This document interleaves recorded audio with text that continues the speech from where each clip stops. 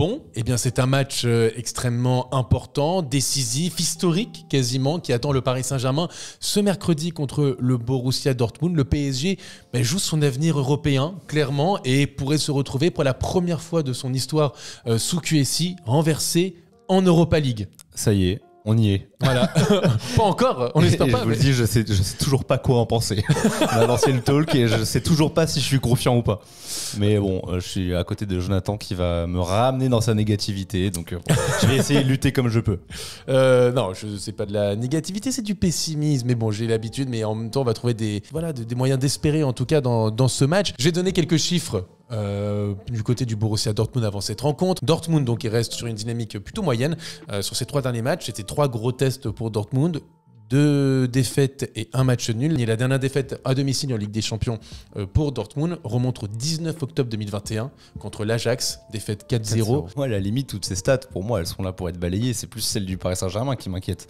Oui. C'est quand je vois ce Paris Saint-Germain qui n'a pas répondu présent là dans cet objectif de remporter tous ces matchs déjà à domicile contre Newcastle. Je me dis, au bout d'un moment, tu gagnes pas contre Newcastle chez toi. Tu n'es pas capable de bousculer Dortmund chez eux, même s'ils ont des super stats. Tu mérites pas plus en fait. Ah oui, non mais je suis d'accord. C'est pour ça que là, je suis presque en mode, je suis advienne que pourra. Est-ce que tu veux les stats on doit se qualifier. Si t'es pas capable, tant pis pour toi. Est-ce que tu veux les stats du PSG justement? Non. Bon, je vais te les donner quand même. Je vais les donner parce que je suis sûr que les gens veulent ces stats. On veut pas. Oui, je comprends, mais quand même, c'est des stats qui ont en même temps Paris reste sur 8 victoires de suite en Ligue 1. Donc c'est une bonne chose. Oui. Développe. Mais une seule victoire sur les 4 derniers matchs de Ligue des Champions. À l'extérieur, sur les 10 derniers matchs joués en Ligue des Champions, il n'y a eu que seulement 2 victoires, 3 matchs nuls, 5 défaites, 13 buts marqués, 19 encaissés. Et puis ce qui est aussi problématique, c'est de dire que Paris reste sur une série de 15 matchs à l'extérieur en Ligue des Champions avec au moins un but encaissé. Le dernier clean sheet, Cheick Chehir. Voilà, le 28 octobre 2020. C'est pas la même équipe pour moi, à la limite. Là, on doit juger l'équipe de Luis Enrique. Bon, peut-être que c'est pas beaucoup plus rassurant parce qu'on est toujours dans un process et on va en parler après avec les compos. J'ai l'impression qu'on peut toujours être surpris. Donc, c'est pour ça aussi que j'arrive pas à me projeter sur ce match, c'est que je ne sais pas comment l'appréhender. Mais en tout cas, je sais que Paris voyage mal, ça c'est sûr. Oui, et le problème c'est que après je ne vais pas faire l'oiseau de mauvais augure parce que je pense que c'est une finale et donc pour le coup quand même, j'ose espérer que les joueurs sont conscients de ça. On attend quand même un Mbappé référence. On attend un Mbappé référence, voilà, parce qu'en Ligue des Champions, c'est poussif quoi qu'on en dise sur ces 5 matchs. Je suis désolé de le dire, mais j'ai pas un match référence en tête. La preuve c'est qu'il a été, alors c'est peut-être du détail, mais il n'a été aucune fois homme du match sur les 5 premières rencontres de Ligue des Champions. Ce qui est une anomalie pour lui. C'est une anomalie pour lui. Lui, il a marqué qu'un seul but dans le jeu depuis le début de cette campagne de Ligue des Champions. Donc Mbappé, c'est un joueur qu'on va attendre beaucoup. Le collectif, globalement, on va l'attendre beaucoup. Et d'autant plus quand le projet, clairement, de ce mercato est basé autour de lui. C'est ça. Là, il y a eu des choix forts. On a bougé Messi, on a bougé Neymar, on lui donne les clés. Et c'est là où, quand on considère un passage en Ligue Europa, peut-être que c'est pas une fin en soi, qu'il y a une reconstruction. Mais pour le projet Mbappé, c'est une fin. Pour moi, c'est une fin. En tout cas, c'est pas... Et pour lui aussi, je pense. Parlons du Borussia Dortmund et du PSG d'un point de vue de l'effectif. On a eu une bonne surprise du côté du PSG avec le retour de Warren Zaïre-Emery et de Marquinhos, qui sont dans le groupe et qui sont aptes pour démarrer contre Dortmund. Déjà, ça, c'est quand même un reflet qu'il y a quelque chose qui va pas. Dans ce mercato qui était pourtant colossal, quand on est à forcer le retour d'un Warren Zaïre-Emery. Alors j'ai l'impression de faire un tapin et de faire un tweet d'Elias, mais voilà, encore une fois. Donc oui, grosse bonne nouvelle, mais ça me rassure pas. Ouais, voilà. Je me réjouir de ça. Et du côté de Dortmund, il y a beaucoup d'absents. Alors il y a aussi Ousmane Dembélé qui sera absent du côté du PSG, les absents habituels. Du côté de Dortmund, la liste des absents est quand même assez importante. On a du Emre Can, pour moi c'est le plus important, qui est suspendu au milieu de terrain. Absolument. Qui aurait apporté ce gabarit et qui nous avait déjà traumatisé entre guillemets. C'est vrai. Au Signal Iduna Park en 2020, c'est ça? Exactement. 2019, je sais 2020. Donc Emre Can suspendu, Sabitzer qui est incertain, mais moi je le vois bien être mis en place. Déjà il y avait un doute pour sa présence dans le groupe ce week-end en Bundes. Je le vois forcé, et tout simplement parce qu'il n'y a pas d'autre option en fait. Ouais, clairement. Là on va retrouver Özcan, je sais pas trop le prononcer, désolé, au milieu de terrain, qui lui aussi a un profil assez physique, mais pour l'instant il n'y a pas de 8, il n'y a pas de 6 pour l'accompagner, donc je vois quand même Sabitzer. Rierson, c'est fin d'année 2023 pour lui, touché au genou. Wolf, incertain aussi, touché à la cheville. Nmecha, fin d'année aussi pour lui, et à l'heure genou. Moukoko, je n'ai pas le détail de sa blessure, mais en tout cas, il ne sera pas là. Ils ne seront pas là. Donc pour le coup, ça fait beaucoup d'absents du côté de Dortmund. Alors en même temps, il y avait aussi beaucoup d'absents du côté de Newcastle avant d'affronter le Paris Saint-Germain. C'est pas la même config. Là, je pense que Dortmund, ils ont quand même quelques options offensives. C'est plus dans l'entrejeu où on va se poser des questions. Je pense qu'ils vont vouloir quand même jouer un minimum. Je les vois pas mettre le bloc, même si voilà, eux, il leur suffit d'un petit point pour assurer leur première place. Je pense qu'il va y avoir des espaces. Si vous avez regardé le match de ce week-end contre Leipzig, on l'a vu, il y a des espaces. Il faudra en profiter. Et voilà, je pense à cette percée qui a occasionné un carton rouge pour Mats Hummels. Je vois bien Mbappé lancé dans la même condition que Loïs Openda. Et puis ensuite, voilà, il faut faire le choix aussi. Il y a Adeyemi, Marco Reus, Julian Brandt. On devrait retrouver Baino Gittens sur le côté, Füllkrug en pointe et Soule, je pense, en arrière droit. Là, ils n'ont plus d'arrière droit. Si Wolf en tout cas n'est pas là. Et malheureusement, Thomas Meunier n'est pas dans la liste malheureusement européenne. Dommage, on l'a vu bien en difficulté ce week-end. On aurait bien aimé la France. Vraiment. Et attention aussi dans les buts. Et ouais, c'est ça. Il va y avoir un beau duel de gardiens aussi entre Gregor Kobel, qui fait partie, qui est monstrueux, si ce n'est le meilleur gardien actuel de Bundes. Il en fait clairement partie, monstrueux, qui a arrêté un penalty d'ailleurs de Olivier Giroud à San Siro. Et qui a encore fait bon nombre de parades, même si ça n'a pas suffi ce week-end. Voilà, gros duel avec Donnarumma qui lui va revenir de sa suspension. À moins que ce soit Arnau Tenas. Il y a aussi Ousmane Dembélé qui sera absent. Qui tu imagines pour le remplacer ? Quelle attaque tu imagines, toi ? Pour moi, j'ai une idée qui est très claire. En tout cas. Moi aussi, c'est très clair. Par contre. Est-ce qu'on se sert par avance la paluche ? Allez, Randall, Mbappé en pointe. En poète, n'importe quoi. Et Barcola. Allez. Voilà, c'est ça la paluche. Nickel. Voilà. Merci. Abonne-toi. Pour moi. Exactement. Il faut en profiter pour réclamer des petits abonnements, des petits likes, des petits commentaires. Et dites-nous aussi vos choix dans les commentaires. Oui, bien sûr. Dites-vous si vous êtes d'accord avec notre trio, parce qu'on s'amuse, mais notre trio, c'est donc Kolo Muani, Mbappé en 9. Ouais, voilà. C'est important. Et Barcola sur un côté. Pourquoi tu mettrais Barcola et Kolo Muani sur les côtés ? Parce que c'est tout simplement là qui sont les meilleurs et je pense que c'est actuellement les meilleures options, même si on peut regretter l'absence de Dembélé, parce qu'on a eu l'impression que sans lui il n'y avait pas beaucoup de génie dans cette équipe contre Nantes ce week-end. Mais voilà, Kolo Muani, quand il est entré, il a été bon sur le côté. Là où il a été le meilleur, c'était contre Marseille et on retrouve sa vitesse, on retrouve le joueur en fait qu'on nous a vendu, tout simplement, parce que quand il est en pointe, on le trouve frustré, on le trouve pas, tout simplement. Il faut profiter de sa vitesse, de la profondeur. Donc pour moi, c'est Randall Kolo Muani et je m'étonne un petit peu. Il sera face à une défense de Bundesliga. Il a eu l'habitude et là, il a brillé. Donc je pense que c'est aussi une arme à ne pas négliger pour Luis Enrique. Et donc il faut absolument, pour moi, titulariser Randall Kolo Muani sur un côté. C'est là qu'il peut prendre confiance, je pense, plus qu'en pointe, parce que dans tous les cas, c'est très très dur d'être un 9 aux côtés de Kylian Mbappé sur le côté, parce que Mbappé, où qu'il soit, le 9 va pas être assez servi, je trouve. Je m'étonne quand même du fait que Kolo Muani n'ait pas plus joué ces derniers matchs depuis la suspension qu'on connaissait de Dembélé. Disons on a vu Lee Kang-in, on peut se poser la question de si Luis Enrique va placer Lee Kang-in titulaire. C'est vrai que c'est 2 fois Lee Kang-in qui est titulaire. Oui, je me rends compte en direct. Mais moi, je pense qu'il va être titulaire, Lee Kang-in. Est-ce que c'est pas l'attaque Lee Kang-in, Mbappé, parce que ça peut aussi se comprendre dans la mesure où Lee Kang-in va peut-être avoir plus de travail défensif. Ouais, je me rends compte là. On a vu du bon et un petit peu de moins bon de la part de Lee Kang-in. Je trouve moins consistant ces derniers temps. Je le trouve meilleur quand il est en sortie de banc. Voilà. On l'avait vu contre le Milan. Vitinha titulaire, on est d'accord ? Voilà. S'il te plaît, Lucho. Milieu resserré pour moi, Ugarte en point de base, qui a vraiment besoin d'être accompagné. Donc là, pour moi, le double pivot, c'est à bannir maintenant. T'as Warren qui est de retour, donc il ne faut pas non plus lui donner trop de volume de jeu, de poids. Donc pour moi, il faut vraiment resserrer les trois. Et puis Vitinha, Warren, Ugarte. Exactement. Donc pour moi, il faut pas sortir encore une formule magique de je ne sais où, de le Carlos Soler. Non. Mais je sens bien un petit Asensio au milieu offensif. Je le sens bien. Après, peut-être des bonnes surprises, mais voilà, c'est un match tellement décisif. En fait, c'est un match se baser sur ce qui marche. Mais c'est un match ultra décisif et je pense que je comprends les gens, tu vois, qui sont là à dire oui, mais dans ce process, l'Europa League, c'est pas si grave. On dit pas que c'est grave, on dit que c'est un échec. Ça serait un échec retentissant. T'as dépensé près de 500 millions d'euros en 2 saisons. Faut se rendre compte de ça aussi. C'est énormément d'argent. T'es dans un groupe où, je suis désolé de le dire, quand je vois le Dortmund en Bundesliga, ou même ce qu'ils ont montré sur certains matchs de Ligue des Champions, quand je vois Newcastle en Première Ligue et surtout en Ligue des Champions, quand je vois que Milan est sur seulement 3 victoires sur les 10 derniers matchs et les prestations en Ligue des Champions, je suis désolé. C'est ces équipes sont décevantes. Et si Paris ne passe pas, ça sera extrêmement décevant. 2 pas en arrière, 3 en avant. J'ai du mal avec cette expression. Pourquoi est-ce que quand tu es en transition, ça doit rimer avec moins d'exigences, peut-être plus de je dirais pas médiocrité, parce que c'est fort, tu vois. Mais en parallèle, on va se réjouir si le projet stagne au 8e de finale, où t'es jamais capable de battre. Mais on ne sait pas ce qui se passe en 8e. On ne sait pas. On ne sait pas. On ne sait pas ce qui va se passer pour le mercato hivernal. Est-ce que tu vas te renforcer au milieu de terrain? Le retour de Nuno Mendes, le retour de Presnel Kimpembe, aller chercher un nouveau défenseur. Il y a un collectif qui se crée. Tu ne sais pas sur qui tu vas tomber en 8e de finale. Tu ne sais pas dans quelle dynamique sera cette équipe. Tu ne sais pas dans quelle dynamique tu seras même. Donc moi je veux bien, mais aujourd'hui dire que l'Europa League ce serait un moindre mal et tout, je ne suis pas d'accord. Et pour beaucoup, j'entends dire oui, mais aller en Europa League, tu peux la gagner, mais tu peux la perdre aussi.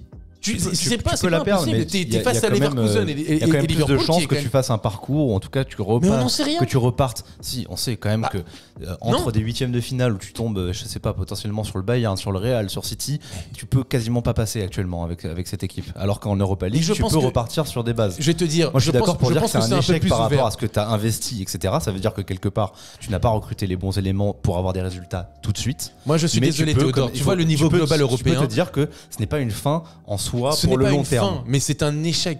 C'est un échec immédiat. Sur le coup. Immédiat. Te dire les gens qui sont pas catastrophés par l'Europa League, et je peux aussi entendre ces arguments, c'est de se dire que voilà, ça va être compliqué là de se taper les matchs le jeudi, mais tu vas peut-être construire un groupe, tu vas peut-être avoir une équipe qui les années suivantes auront passé un cap. Et là tu pourras viser plus que les 8e de finale de Ligue des Champions. Et pourquoi tu peux pas créer un groupe pour les 8e de finale? Pourquoi tu peux pas aussi créer ce groupe? L'un n'empêche pas l'autre. Tu peux aussi, mais c'est pour ça que je te dis depuis le début, si là on n'est pas qualifié, c'est quelque part qu'on l'a mérité, c'est qu'on a mérité de ne pas se qualifier. Et à ce moment-là, on pouvait pas viser plus loin que les 8e pour moi si on n'arrive pas à se qualifier. Je suis d'accord. C'est logique, mais on s'entend. Non, mais je suis d'accord avec toi. Et tu me parles, on est en dessous de ces équipes, etc. Ce que je comprends, mais je suis désolé. Je vois la première partie de saison de City. Je vois la première partie de saison du Bayern. Je vois la première partie de saison du Real. Malgré tout, je vois la première partie de saison du. Moi, je pense pas. Actuellement, non. Mais je te dis, il n'y a pas pour moi aujourd'hui en Europe, à l'instant où on se parle, c'est-à-dire lundi 11 décembre, il n'y a pas un adversaire où je me dis, waouh, intouchable, trop fort. Même à ce stade-là, ils sont au-dessus. Mais je dis pas le contraire. Mais sauf que nous, le PSG peut s'améliorer aussi. Le PSG peut s'améliorer parce qu'il y a un grand entraîneur, parce qu'il y a du potentiel dans cette équipe, parce qu'il y a le mercato hivernal. Il y a plein de choses qui vont faire que tu peux t'améliorer et que tu peux, je dirais pas rivaliser, mais au moins être, tu vois, genre compétitif. Sans la gagner, mais être compétitif. Et se satisfaire de ça, c'est se satisfaire de la médiocrité. Et ça, j'ai du mal. Je suis désolé, je ne peux pas me satisfaire de la médiocrité. Je peux pas me dire, même si je vais pas dénigrer l'Europa League, mais aujourd'hui, tu es dans un projet, tu es le Paris Saint-Germain. Tu es le Paris Saint-Germain. Ton club, aujourd'hui, a une valeur de 4 milliards d'euros. Tu as dépensé près de 500 millions d'euros de mercato en 2 ans. Tu ne peux pas te satisfaire de la régression et de te dire c'est bien, on va faire l'Europa League sans même avoir l'assurance de la gagner derrière. Et de l'autre côté, même si tu passes ces phases de poule de Ligue des Champions, c'est pas garanti que tu te fasses éliminer. 8e, c'est pas non plus un mais on n'en sait rien, ça. Moi, je n'en sais rien. Comme je n'en sais rien si on gagnerait l'Europa League, si on y va, je ne te garantis pas qu'on sera éliminé en Ligue des Champions. Si je suis si inquiet, c'est parce que j'ai l'objectif qu'on se qualifie. Et que j'y crois, et que j'aurais beaucoup de regrets si on se qualifie pas. Par contre, je peux aussi entendre les arguments de voilà, si on se qualifie pas, c'est que quelque part on n'a pas bien travaillé et que du coup on va trimer en Europa et que peut-être que ça nous servira plus pour l'année suivante que si on était passé par miracle et que tu te fais démonter après. Et si tu te fais pas démonter? Alors, je te dis, j'espère qu'on se qualifie. Voilà, c'est tout. Moi, encore une fois, c'est comme si c'était une vérité absolue. Si on va en Europa League, c'est sûr que ça va bien se passer. C'est sûr que ça va créer un groupe et c'est sûr qu'on va aller loin. Mais non, rien n'est sûr, les amis. Rien n'est sûr. Rien n'est sûr. Pour moi, aujourd'hui, le PSG n'a pris qu'un point sur 4 contre Newcastle. Rien n'est sûr. Et de l'autre côté, le 8e de finale aller, c'est au mois de février et le retour c'est au mois de mars. Il reste 3 à 4 mois. Tu le dis toi-même, on galère avec un groupe qui est certes le groupe le plus compliqué de cette Ligue des Champions. Homogène, c'est pas pareil. C'est quand même le plus compliqué, mais qui est factuellement assez décevant. On s'attendait à peut-être plus de niveau. Tu galères à ce niveau-là, donc si tu te qualifies pas, pour moi, oui, c'est un échec dans ton projet actuel, mais il faut pas tirer non plus des conclusions sur le long terme. Non, mais il n'y a aucune conclusion sur le long terme, c'est sur le court terme, c'est un échec. Oui, ça c'est sûr. C'est pour ça que, pour en revenir à ce qu'on disait, Paris doit c'est un match ultra important. Paris doit se mettre dans le mindset. Échec ou pas, il faut se qualifier pour ces 8e. Et moi, je suis désolé, je ne suis pas dans l'optique de me dire ouais, mais en 8e de finale, si on tombe. Mais je suis désolé, je vois le Real Madrid, il ne m'impressionne pas. Il n'y a que Jude Bellingham, sinon cette équipe ne m'impressionne pas. Je vois le Barça contre Girone, il ne m'impressionne pas. Voilà, ces équipes ne m'impressionnent pas. Quand je vois même le Bayern qui se fait battre 5-1 par l'Eintracht Francfort le week-end dernier et qui sont capables des matchs exceptionnels, mais aussi des moments un peu moins bien. Ils ne sont pas premiers de Bundesliga, le Bayern, hein, je rappelle. Ils ne sont pas premiers de Bundesliga. Comme City Manchester City est 3e, ils triment un peu.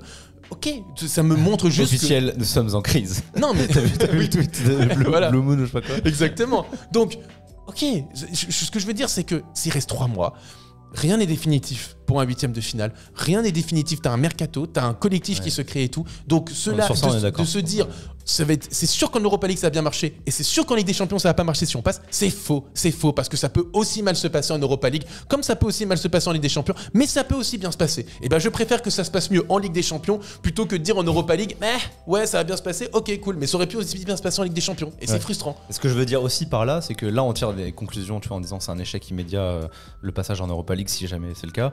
Ça veut pas dire que s'il y a passage en Ligue des Champions en 8e, c'est réussite du projet. Mais non, parce que c'est juste on verra. Voilà. C'est juste jusqu'ici tout va bien. Et du coup, les conclusions, il faudra les tirer après. Exactement. Et s'il y a arrêt en 8e, mais c'est pour moi, ça aura été un échec peut-être à la mesure, à la hauteur d'un passage en Europa. Quoi qu'on en dise, pas loin, quoi qu'on en dise, pour moi, aller en Europa League reste quand même un échec pour le Paris Saint-Germain. Tel Paris Saint-Germain, c'est un échec comme le Barça quand il va en Europa League, c'est un échec. Quand Manchester United va en Europa League, c'est un échec. Thomas, j'ai demandé aux gens déjà dans les commentaires, est-ce que pour vous, ça serait un échec d'aller potentiellement en Europa League ou pas Je pense que là que tu demandes ou pas, là, ils vont pianoter à fond. Ah oui, je pense que pour le coup, je pense que je vais me prendre quelques rafales. Mais bon, voilà, je commence à avoir l'habitude. Juste pour finir sur le 11 du PSG. Ouais, vas-y. Skriniar ou Danilo? Danilo. Très bien. Allez. Fin de débat. Au revoir. Alors, on va faire les pronos peut-être. Yes. Justement, les pronos qui sont sponsorisés par les amis de BetClick. On rappelle qu'on a un code, le code CANALSUP, tout en majuscule avec un seul P. Ce code vous permet d'avoir jusqu'à 100 € de free bet remboursés en cas de premier pari perdu. Donc ça, c'est avec le code CANALSUP, tout en majuscule, un seul P. Mais deux disclaimers. Le premier, vous voyez le petit bandeau en bas. L'effet de ce sonore est toujours là. Moins de 18 ans, c'est ciao, vous n'avez pas le droit, premièrement. Deuxième chose, ne jouez pas de l'argent que vous ne pouvez pas vous permettre de perdre. C'est important et surtout on connaît la Ligue des Champions et on le sait avec le Paris Saint-Germain, c'est très aléatoire, donc faites gaffe. Exactement, surtout avec le prono que je vais vous donner. Je n'y vais pas les yeux fermés. Vas-y, partage. On veut jouer. Partage ton prono. Et je vois quand même la victoire du PSG. Ok. Voilà. Avec les deux équipes qui marquent. D'accord. Je vois le Paris Saint-Germain de Monsieur Kylian Mbappé. Voilà, prendre ses responsabilités. Ouais. 3-13. Très bien. 3-13 chez et en les parallèle, je vois, et comme je le dis presque à chaque fois, je me mouille pas trop, mais un petit but de Mbappé. Avec un but, si tu rajoutes à ça un but de Mbappé, c'est 3,79. Voilà, sympathique. Voilà. Sympathique. Non, mais voilà. Je vois quand même le Paris Saint-Germain profiter des espaces, des failles de cette équipe de Dortmund qui certes est très dur à jouer à la maison, mais ils l'ont montré pas plus tard que ce week-end. C'est possible, et si Leipzig l'a fait, avec en plus il y avait Emre Can, là il sera pas là, c'est aussi possible pour le Paris Saint-Germain au bout d'un moment. Voilà, si on veut se qualifier, si on veut assumer nos ambitions, il faut passer par là. Je reste sur mes stats, effectivement, pas très positif.